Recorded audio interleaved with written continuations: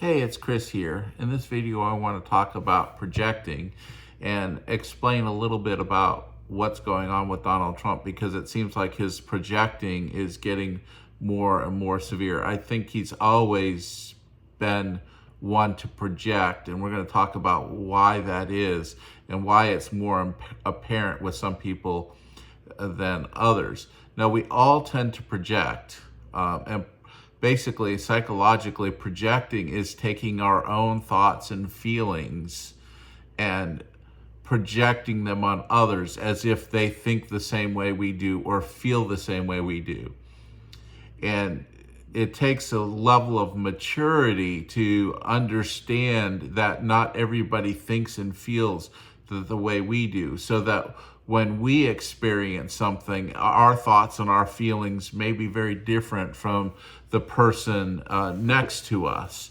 And that's a function of life experience, personality, genetics, spiritual beliefs. There's a lot of things that go into that difference. And as we're older, when we're maturing right in an emotional way, we grow and we begin to say, you know what, I may respond this way to something happening, but my spouse is going to respond very different. In fact, especially those who've been married for a while, will almost know their spouse's response as much as their own response because they've seen it and they know that it's different than their own. So there's not a lot of projecting, or not as much saying, my spouse is going to feel the way that I feel.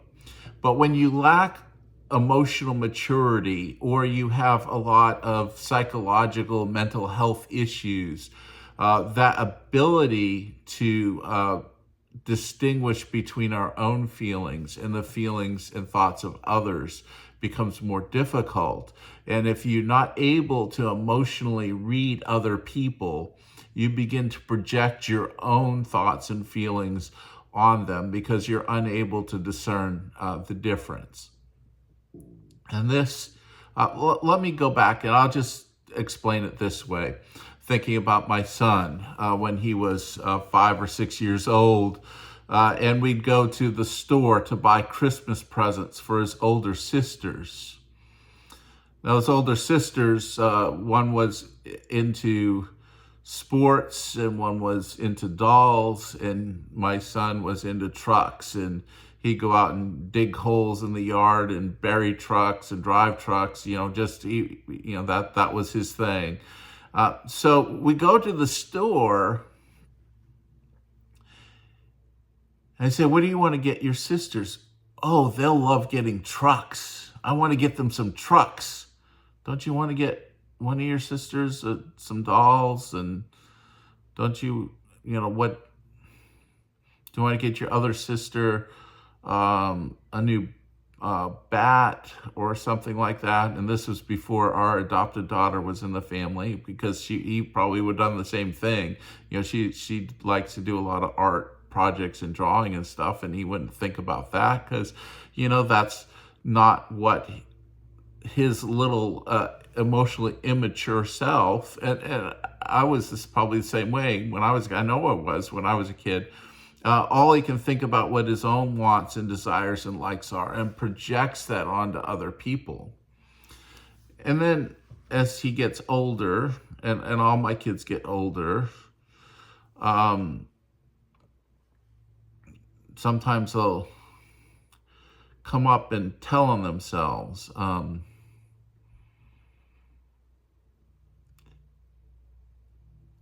Dad, my sibling is just ugly and they're mean, and I don't like them. What they're really saying is, I feel ugly, I feel mean, and I don't know what to do with those feelings. I'm projecting them on my sibling, but that's really my own internal struggle.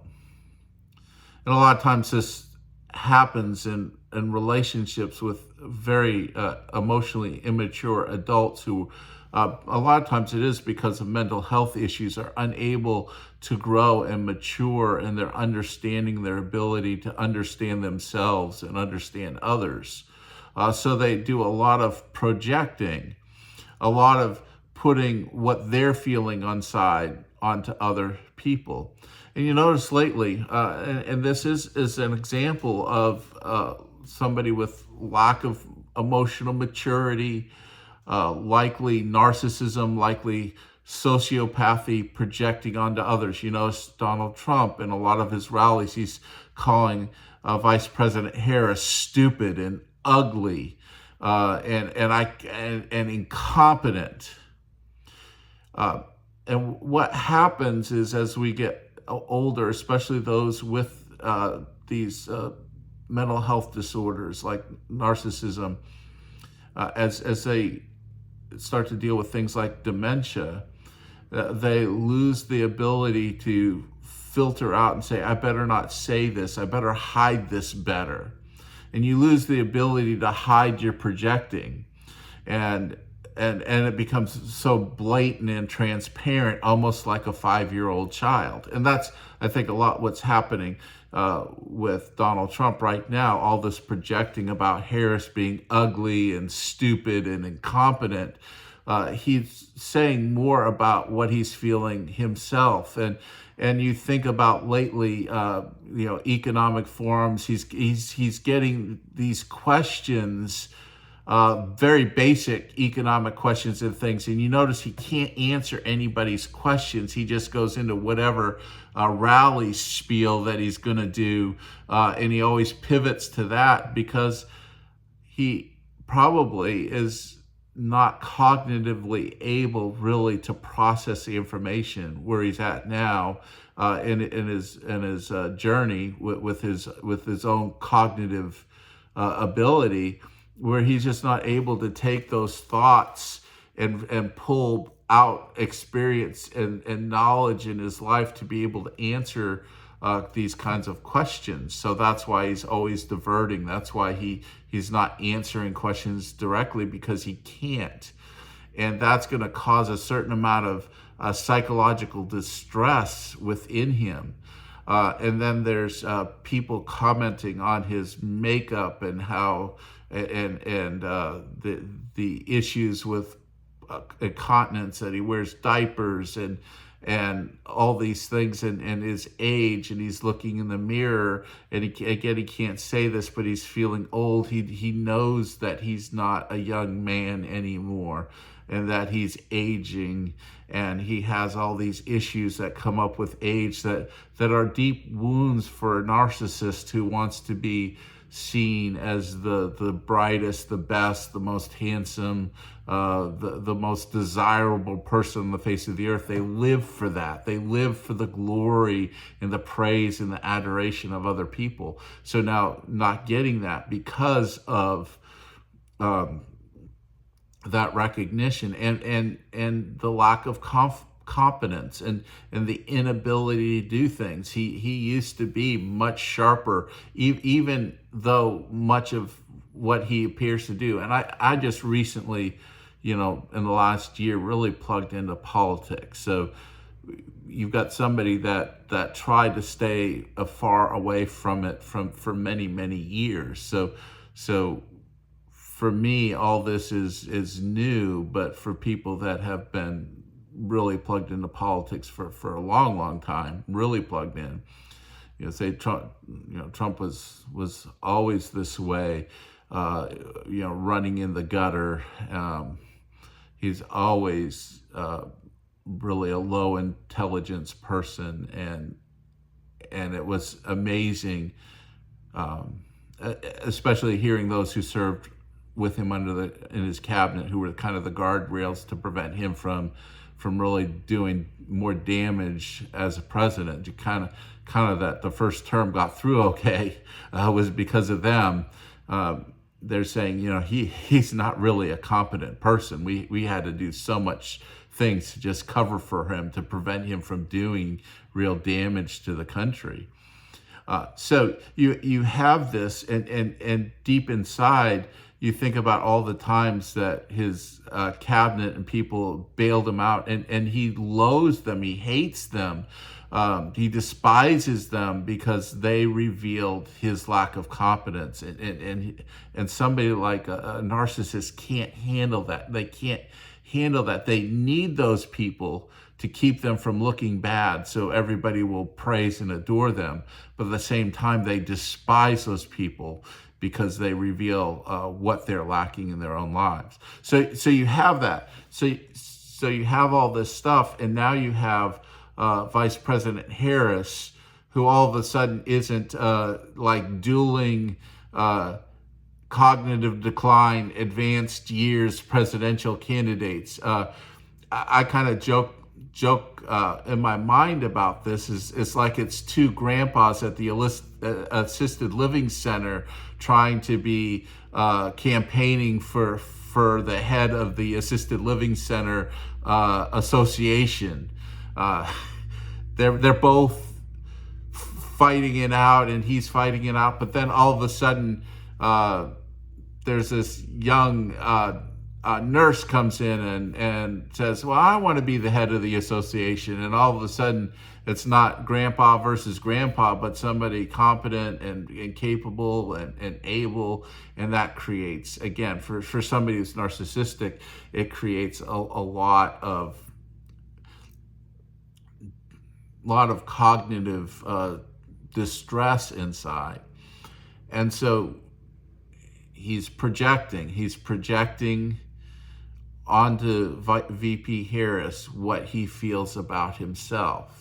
So when you hear him say she's stupid, she's incompetent, she's ugly, these are things that he's projecting onto her. He doesn't have the emotional maturity to really make these kinds of distinguishing between my thoughts and feelings and others' thoughts and feelings. And then cognitive decline kind of takes away the barrier, the guardrail, or the ability to hold some of those things back that he would have had earlier in his life, so it wouldn't be quite so apparent. And so that's kind of where we're at. This is projecting.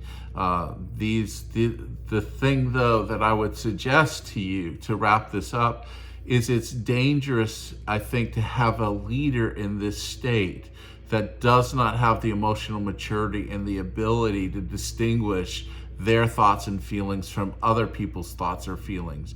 Because if you have hatred and rage and bitterness and things in your heart towards somebody else, and you think they feel that way about you, when they don't, maybe they just say, I feel sorry and sad for this incompetent old man who's president of the United States. The United States could have done much better. I feel sad that I have to deal with this person. And yet Donald Trump is projecting on them his anger, his rage, his bitterness towards them because deep down he's sensing that they don't view him with much respect because they see him as incompetent. That's how wars start. That's how wars start, when you have somebody who's not able to read a room and to understand and distinguish between their own thoughts and feelings and emotions and somebody else's. That's where you get animosities. And if you look through history, a lot of wars are started through personal animosity between leaders of nations. And so I think that's something that we've got to be aware of and with him, and that is one of the huge risks of electing him as president, I believe, is that he is going to be doing a lot of projecting with other world leaders and projecting his own immature thoughts, feelings, petty grievances on others when they're not there. And that's going to hamper a lot of things when it comes to international politics and also dealing with Democrats. It's going to be hard for Democrats to deal with him, to negotiate what's best for American people, because he won't be able to really sort out those kinds of things, and he'll always be engaged in projecting. So anyway, just something to think about. May God bless you. Have a good day.